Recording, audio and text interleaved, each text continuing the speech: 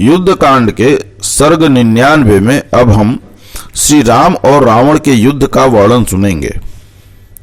महाबली वीर विरूपाक्ष द्वारा तो मारा ही गया था, महोदर और महापार्श भी काल के गाल में डाल दिए गए। यह देख उस महासमर के भीतर रावण के हृदय में महान क्रोध का आवेश हुआ।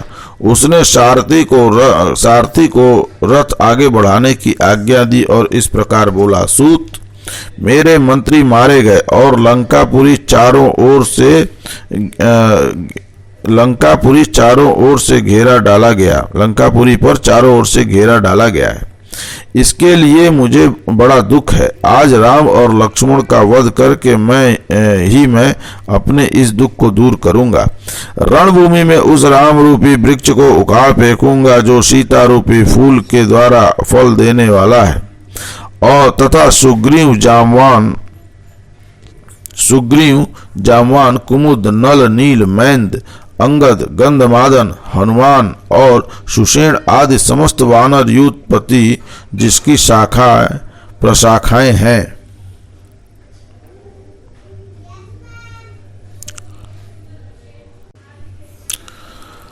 ऐसा कहकर महान अतिरथी वीर रावण अपने रथ की घरघराहट से दशों दिशाओं को गुजारता हुआ बड़ी तेजी के साथ श्री रघुनाथ जी की ओर बढ़ा। रथ की आवाज से नदी पर्वत और जंगलों सहित वहां की सारी भूमि गूंज उठी। धरती डोलने लगी और वहां के सारे पशु पक्षी भय से थर्रा उठे। उस समय रावण ने तामस नाम वाले अत्यंत भयंकर महाघोर अस्त्र को प्रकट करके समस्त वानरों को भस्म करना आरंभ किया। सब ओर उनकी लाशें गिरने लगी, उनके पांव उखड़ गए और वे इधर उधर भागने लगे। इससे रणभूमि में बहुत धूल उड़ने लगी। वह तामस अस्त्र साक्षात ब्रह्मा जी का बनाया हुआ था, इसलिए वानर योद्धा उसके वेग को न सह सके। रावण के उत्तम बाणों से आहत वानरों की सैकड़ों सेनाएं तितर बितर हो गई। यह देख भगवान श्री राम युद्ध के लिए उद्यत हो सुस्थिर भाव से खड़े हो गए। उधर वानर सेना को खदेड़कर राक्षस सिंह रावण ने देखा कि किसी से पराजित न होने वाले श्री राम अपने भाई लक्ष्मण के साथ उसी तरह खड़े हैं जैसे इंद्र अपने छोटे भाई भगवान विष्णु विपेंद्र के साथ खड़े होते हैं। वे अपने विशाल धनुष को उठाकर आकाश में रेखा खींचते से प्रतीत होते थे। उसके नेत्र विकसित कमल दल के समान विशाल थे, भुजाएं बड़ी बड़ी थी और वे शत्रुओं का दमन करने में पूर्णतः समर्थ थे। तदंतर लक्ष्मण सहित खड़े हुए महातेजस्वी महाबली श्री राम ने रणभूमि में वानरों को भागते और रावण को आते देख मन में बड़े हर्ष का अनुभव किया और धनुष के मध्य भाग में दृढ़ता के साथ पकड़ा।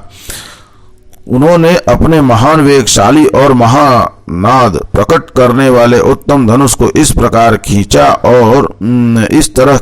और उसकी टंकार करना आरंभ किया मानो वे पृथ्वी को विदीर्ण कर डालेंगे। रावण के बाण समूहों से तथा श्री रामचंद्र जी की धनुष की टंकार से जो भयंकर शब्द प्रकट हुआ, उससे आतंकित होकर सैकड़ों राक्षस तत्काल धराशायी हो गए। उन दोनों राक्षस कुमारों के बाणों के मार्ग में आकर रावण चंद्रमा और सूर्य के समीप स्थित हुए राहु की भांति शोभा पाने लगा। लक्ष्मण अपने पैने बाणों के द्वारा रावण के साथ पहले स्वयं ही युद्ध करना चाहते थे, इसलिए धनुष तान कर वे अग्निशिखा के समान तेजस्वी बाण छोड़ने लगे। धनुर्धर लक्ष्मण के धनुष से छूटते ही उन बाणों को महातेजस्वी रावण ने अपने सहायकों द्वारा आकाश में ही काट गिराया।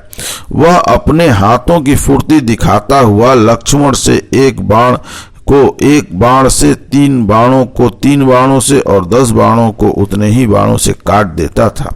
समर विजयी रावण सुमित्रा कुमार को लांघकर रणभूमि में दूसरे पर्वत की भांति अविचल भाव से खड़े हुए श्री राम के पास जा पहुंचा। श्री रघुनाथ जी के निकट जाकर क्रोध से लाल आंखें किए राक्षस राज रावण उनके ऊपर बाणों की वृष्टि करने लगा।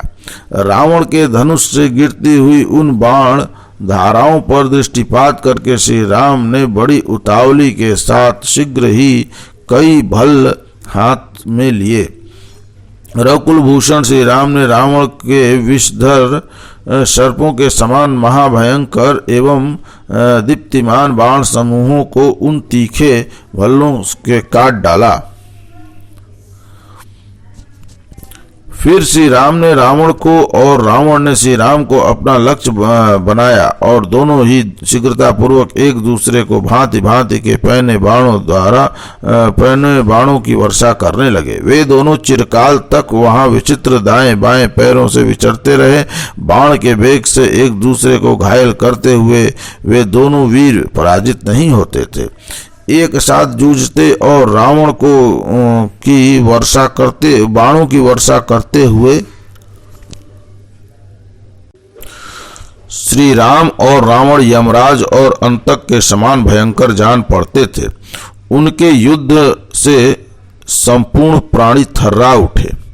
जैसे वर्षा ऋतु में विद्युत समूहों से व्याप्त मेघों की घटा से आकाश आच्छादित हो जाता है, उसी प्रकार उस समय नाना प्रकार के बाणों से वह ढक गया था।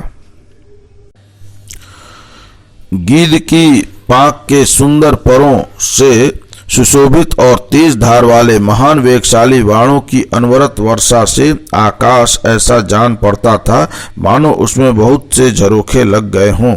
दोनों बड़े बड़े मेघों की भांति उठे हुए श्री राम और रावण ने सूर्य के अस्त और उदित होने पर भी बाणों के गहन अंधकार से आकाश को ढक रखा था। दोनों एक दूसरे का वध करना चाहते थे, अतः वृत्तासुर और इंद्र की भांति उन दोनों में ऐसा महान युद्ध होने लगा जो दुर्लभ और अचिंत्य है।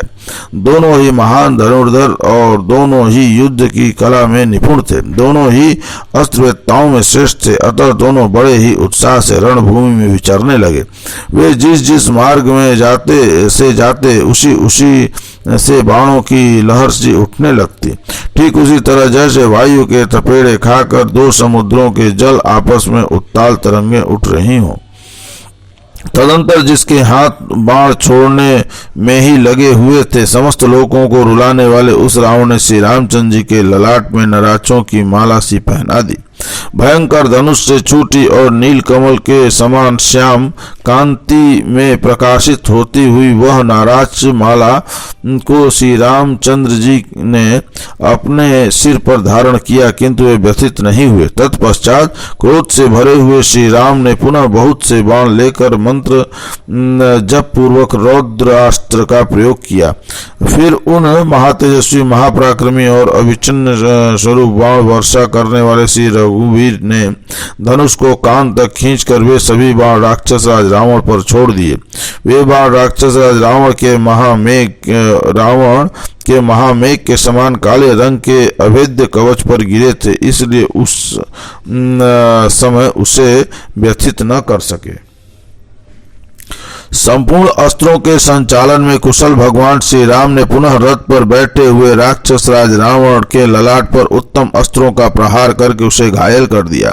श्री राम के वे उत्तम बाण रावण को घायल करके उसके निवारण करने पर फुफकारते हुए 5 सिर वाले सर्पों के समान धरती में समा गए। श्री रघुनाथ जी के अस्त्र का निवारण करके क्रोध से मूर्छित हुए रावण ने आसुर नामक दूसरा महाभयंकर अस्त्र प्रकट किया।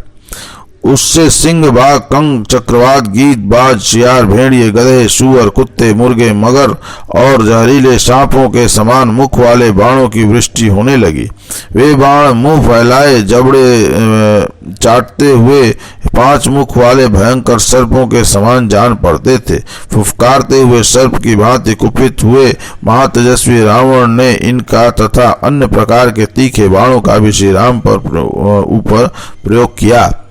उस आसुरास्त्र से आवृत हुए अग्नितुल्य तेजस्वी महान उत्साही रघुकुल तिलक श्री राम ने आग्नेयास्त्र का प्रयोग किया।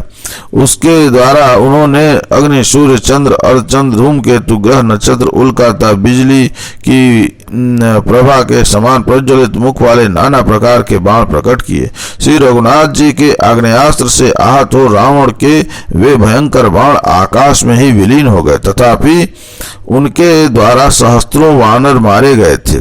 अनायास ही महान कर्म करने वाले श्री राम ने उस आसुरास्त्र को नष्ट कर दिया। यह देख इच्छानुसार रूप धारण करने वाले सुग्रीव आदि सभी वीर वानर श्री राम को चारों ओर से घेर कर हर्षनाद करने लगे। दशरथ नंदन महात्मा श्री राम रावण के हाथों से छूटे हुए उस आसुरास्त्र का बलपूर्वक विनाश करके बड़े प्रसन्न हुए और वानर युद्धपति आनंद मग्न हो उच्च स्वर से सिंहनाद करने लगे। इस प्रकार युद्ध कांड का यह सर्ग 99 यहाँ पूर्ण हुआ। बोलिए राजा रामचंद्र की जय।